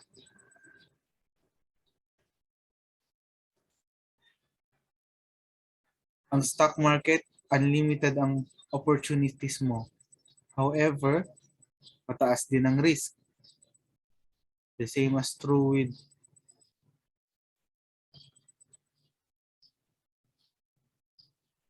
pag-ibig MP2, although mataas ang rate of return, hindi mo naman automatic mawi-withdraw yung investment po for the next 5 years. Okay. So under that premise, you would agree with me that the best investment platform that is available in the country is VUL Life Insurance. Kasi nga, na-address niya na lahat ng risk.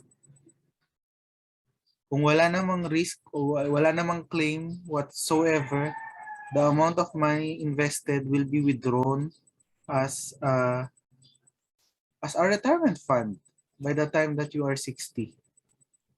And to tell you, kapag i-withdraw na yung amount ng investment, it is tax-free. For the others, there is tax. Under the National Internal Revenue Code, proceeds of life insurance are tax-free. So, there are lots of benefits when you buy a life insurance. To be specific, VUL Life Insurance. There's this contention that people or investors hate VUL Life Insurance and they prefer buying term insurance and add the strategy of investing by themselves. Wala akong issue doon because term insurance is also good insurance as compared with the VUL Life Insurance. My only issue is that if you use that strategy, the buy term insurance, and then invest the difference, hindi naman lahat ng tao magaling sa investment. If you really are intelligent in investing, then that strategy is for you. The buy investment, invest the difference. But if you have no knowledge about investing, then the best platform for you, the best strategy for you in insuring your family is to buy a VUL life insurance.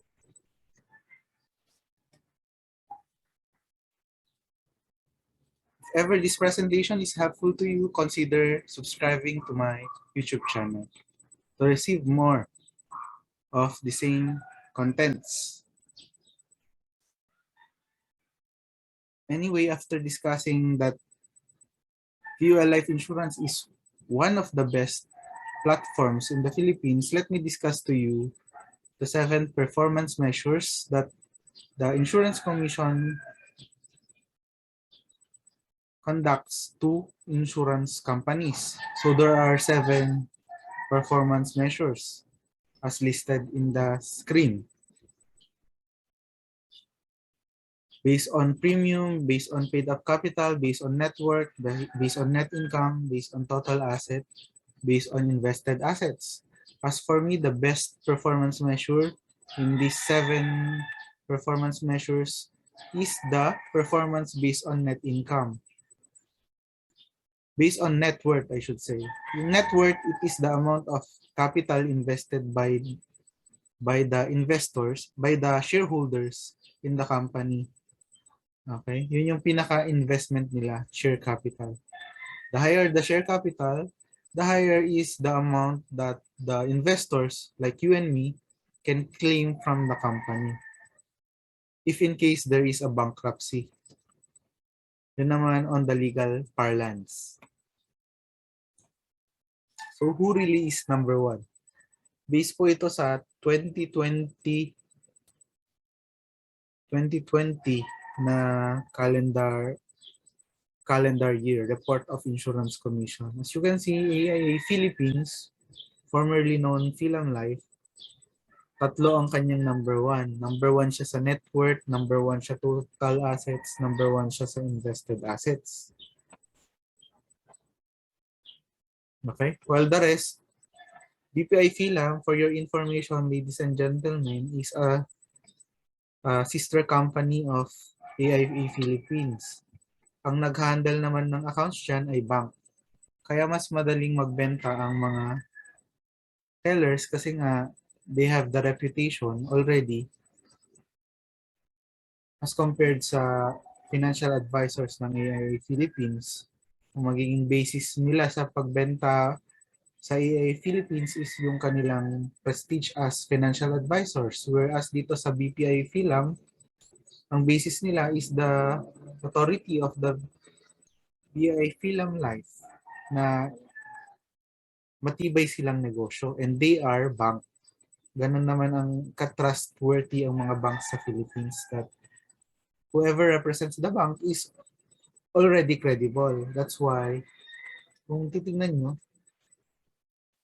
on new businesses, mas lamang pa ang BPI Philam Life compared sa AIA Philippines. The advantage kasi po ng having a financial advisor to maintain your life insurance policy is that they are the ones who will help you later on in the claims of your policy. Dito kasi if your life insurance is under bank assurance for any matter, kasi hindi lang naman AIA Philippines ang may bank assurance, yung ibang life insurance din ay may bank assurance. If the policy is issued by a bank assurance, tendency is the financial advisor will be a different one. Kaya wala kang matatakbuhan when it comes to wala kang makukuhang accountable person that who will manage your account by the time you will be claiming. Whereas dito kapag financial advisor like me, I will take the responsibility to help you in claiming your claim with the AIA Philippines. So again, as you can see in the table, AIA Philippines has 3 number 1, met 3 number 1 post in the 7 measures that the Insurance Commission set. Followed by, ayan, Sun Life na 3 din, 2 ang number 1. So again, to reiterate, AIA Philippines is number one in total assets with 264 billion pesos. Number one in total net worth with 779 billion. And number one in total assets with 293 billion pesos. While the remaining metrics, pinaghati-hatian na ng Sun Life, Pro Life.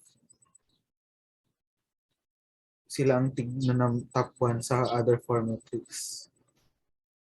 Yan ay sa 2020 calendar year report by Insurance Commission. Now, the Insurance Commission released a latest report for calendar year 2021. At ang lumalabas dyan, AIA Philippines share 2 spots na highest in net income at saka highest in net worth.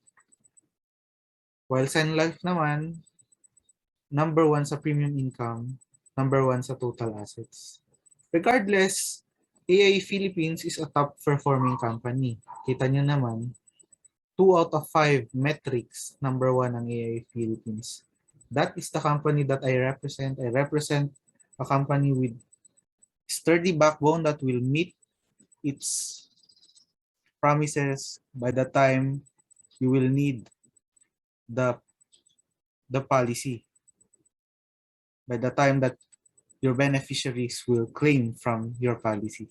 I will ensure that your beneficiaries will receive what they deserve. So, as of 2019, 2.7 billion worth of protection promises was already fulfilled by Philippine Life. Disability claims, health and medical claims, critical illness claims, death claims. So, ang dami nung death claims kasi madaming namatay. Noong 2019, this is pre-pandemic.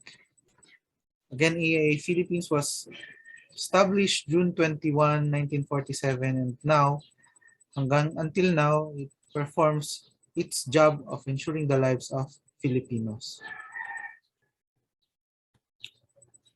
So this is the fund performance.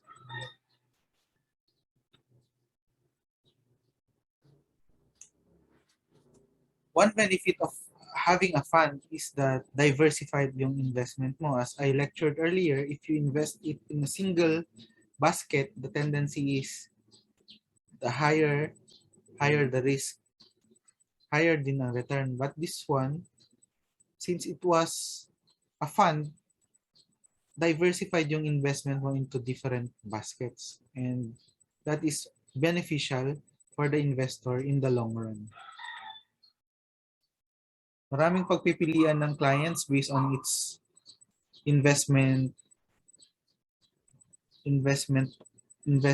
risk appetite.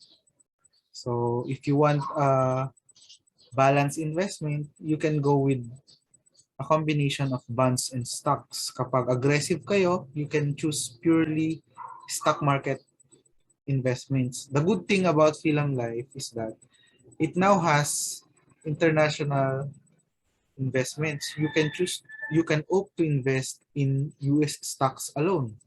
May ganun na siyang platform, and I am willing to share with you if you will invest with us.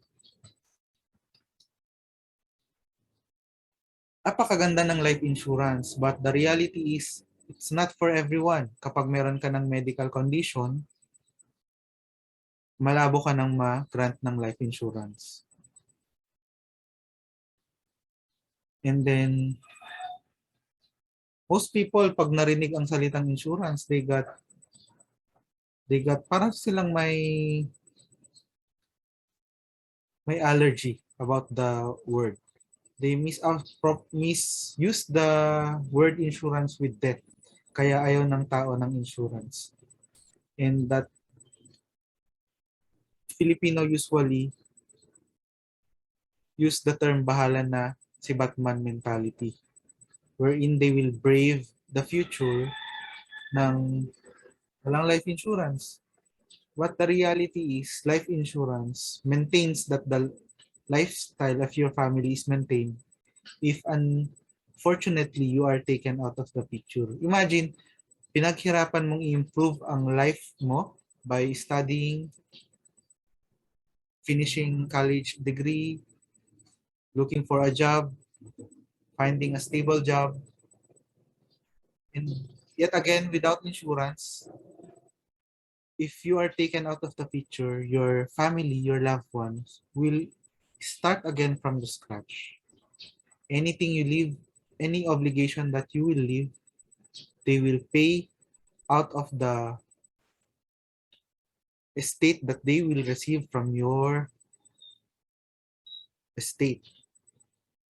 Kung ano yung mamanahin nila sa'yo, doon kukunin yung pambayad ng utang na maiiwan. So, my advice to you, ladies and gentlemen, is to talk to a financial advisor because a life insurance is a good investment provided you talk to the right financial advisor.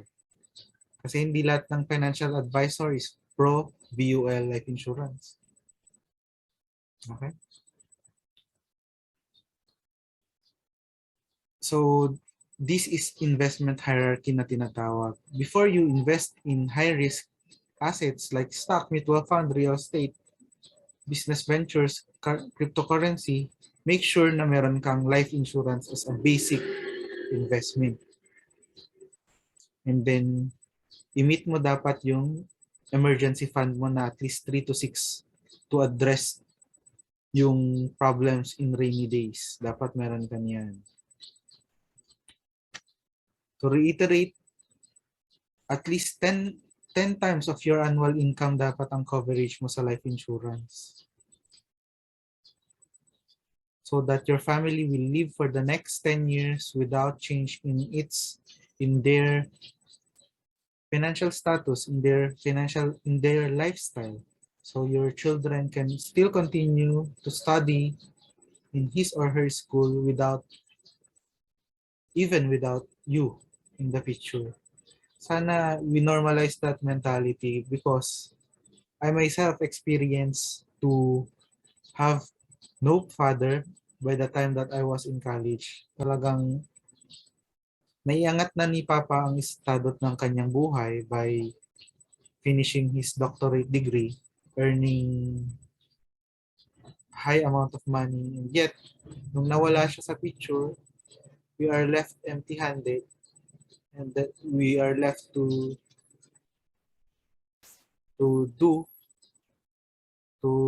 live life without him. Wala na yung income na binibigay niya. So we have to struggle to live. Yun yung dapat na hindi nyo ma-experience kasi napakahirap.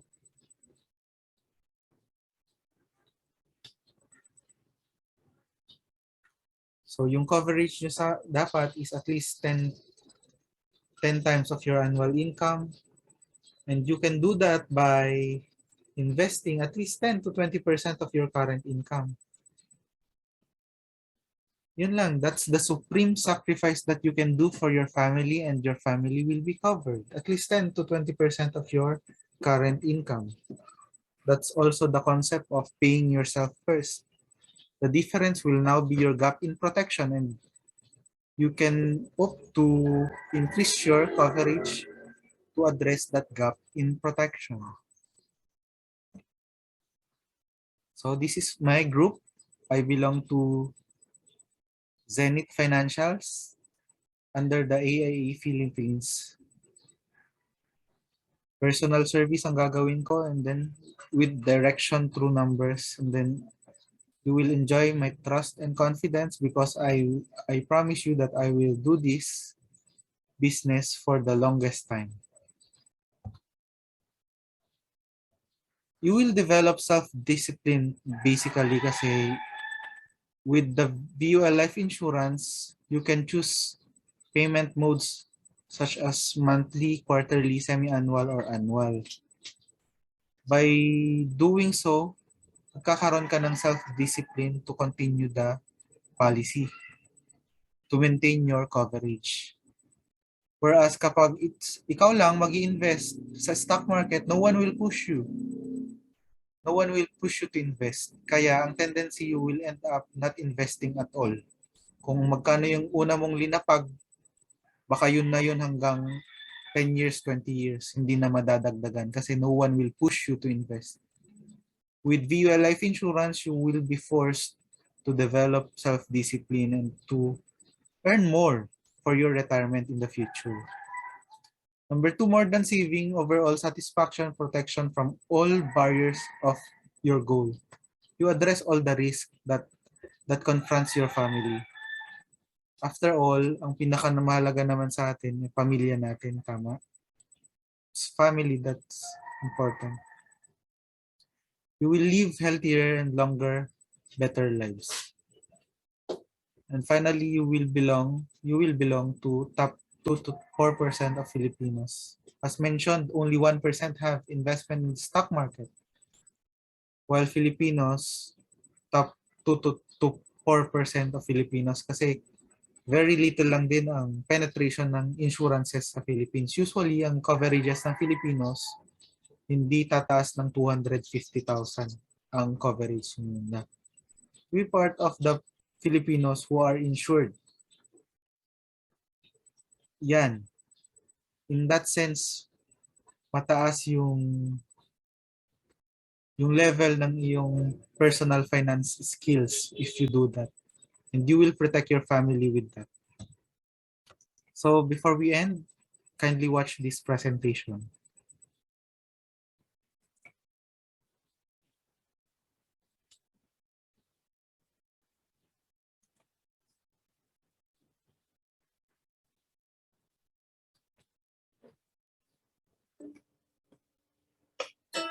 Nga, di ba? 2 oras na nagtrabaho. 2 oras lang! Hindi mo pwede magpahinga?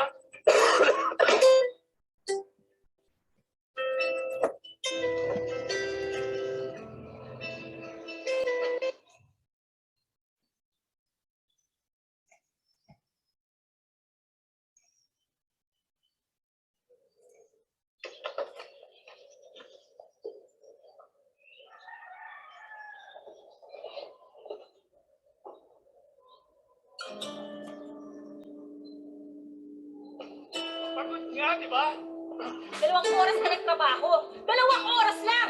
Hindi mo pwede magpahinga?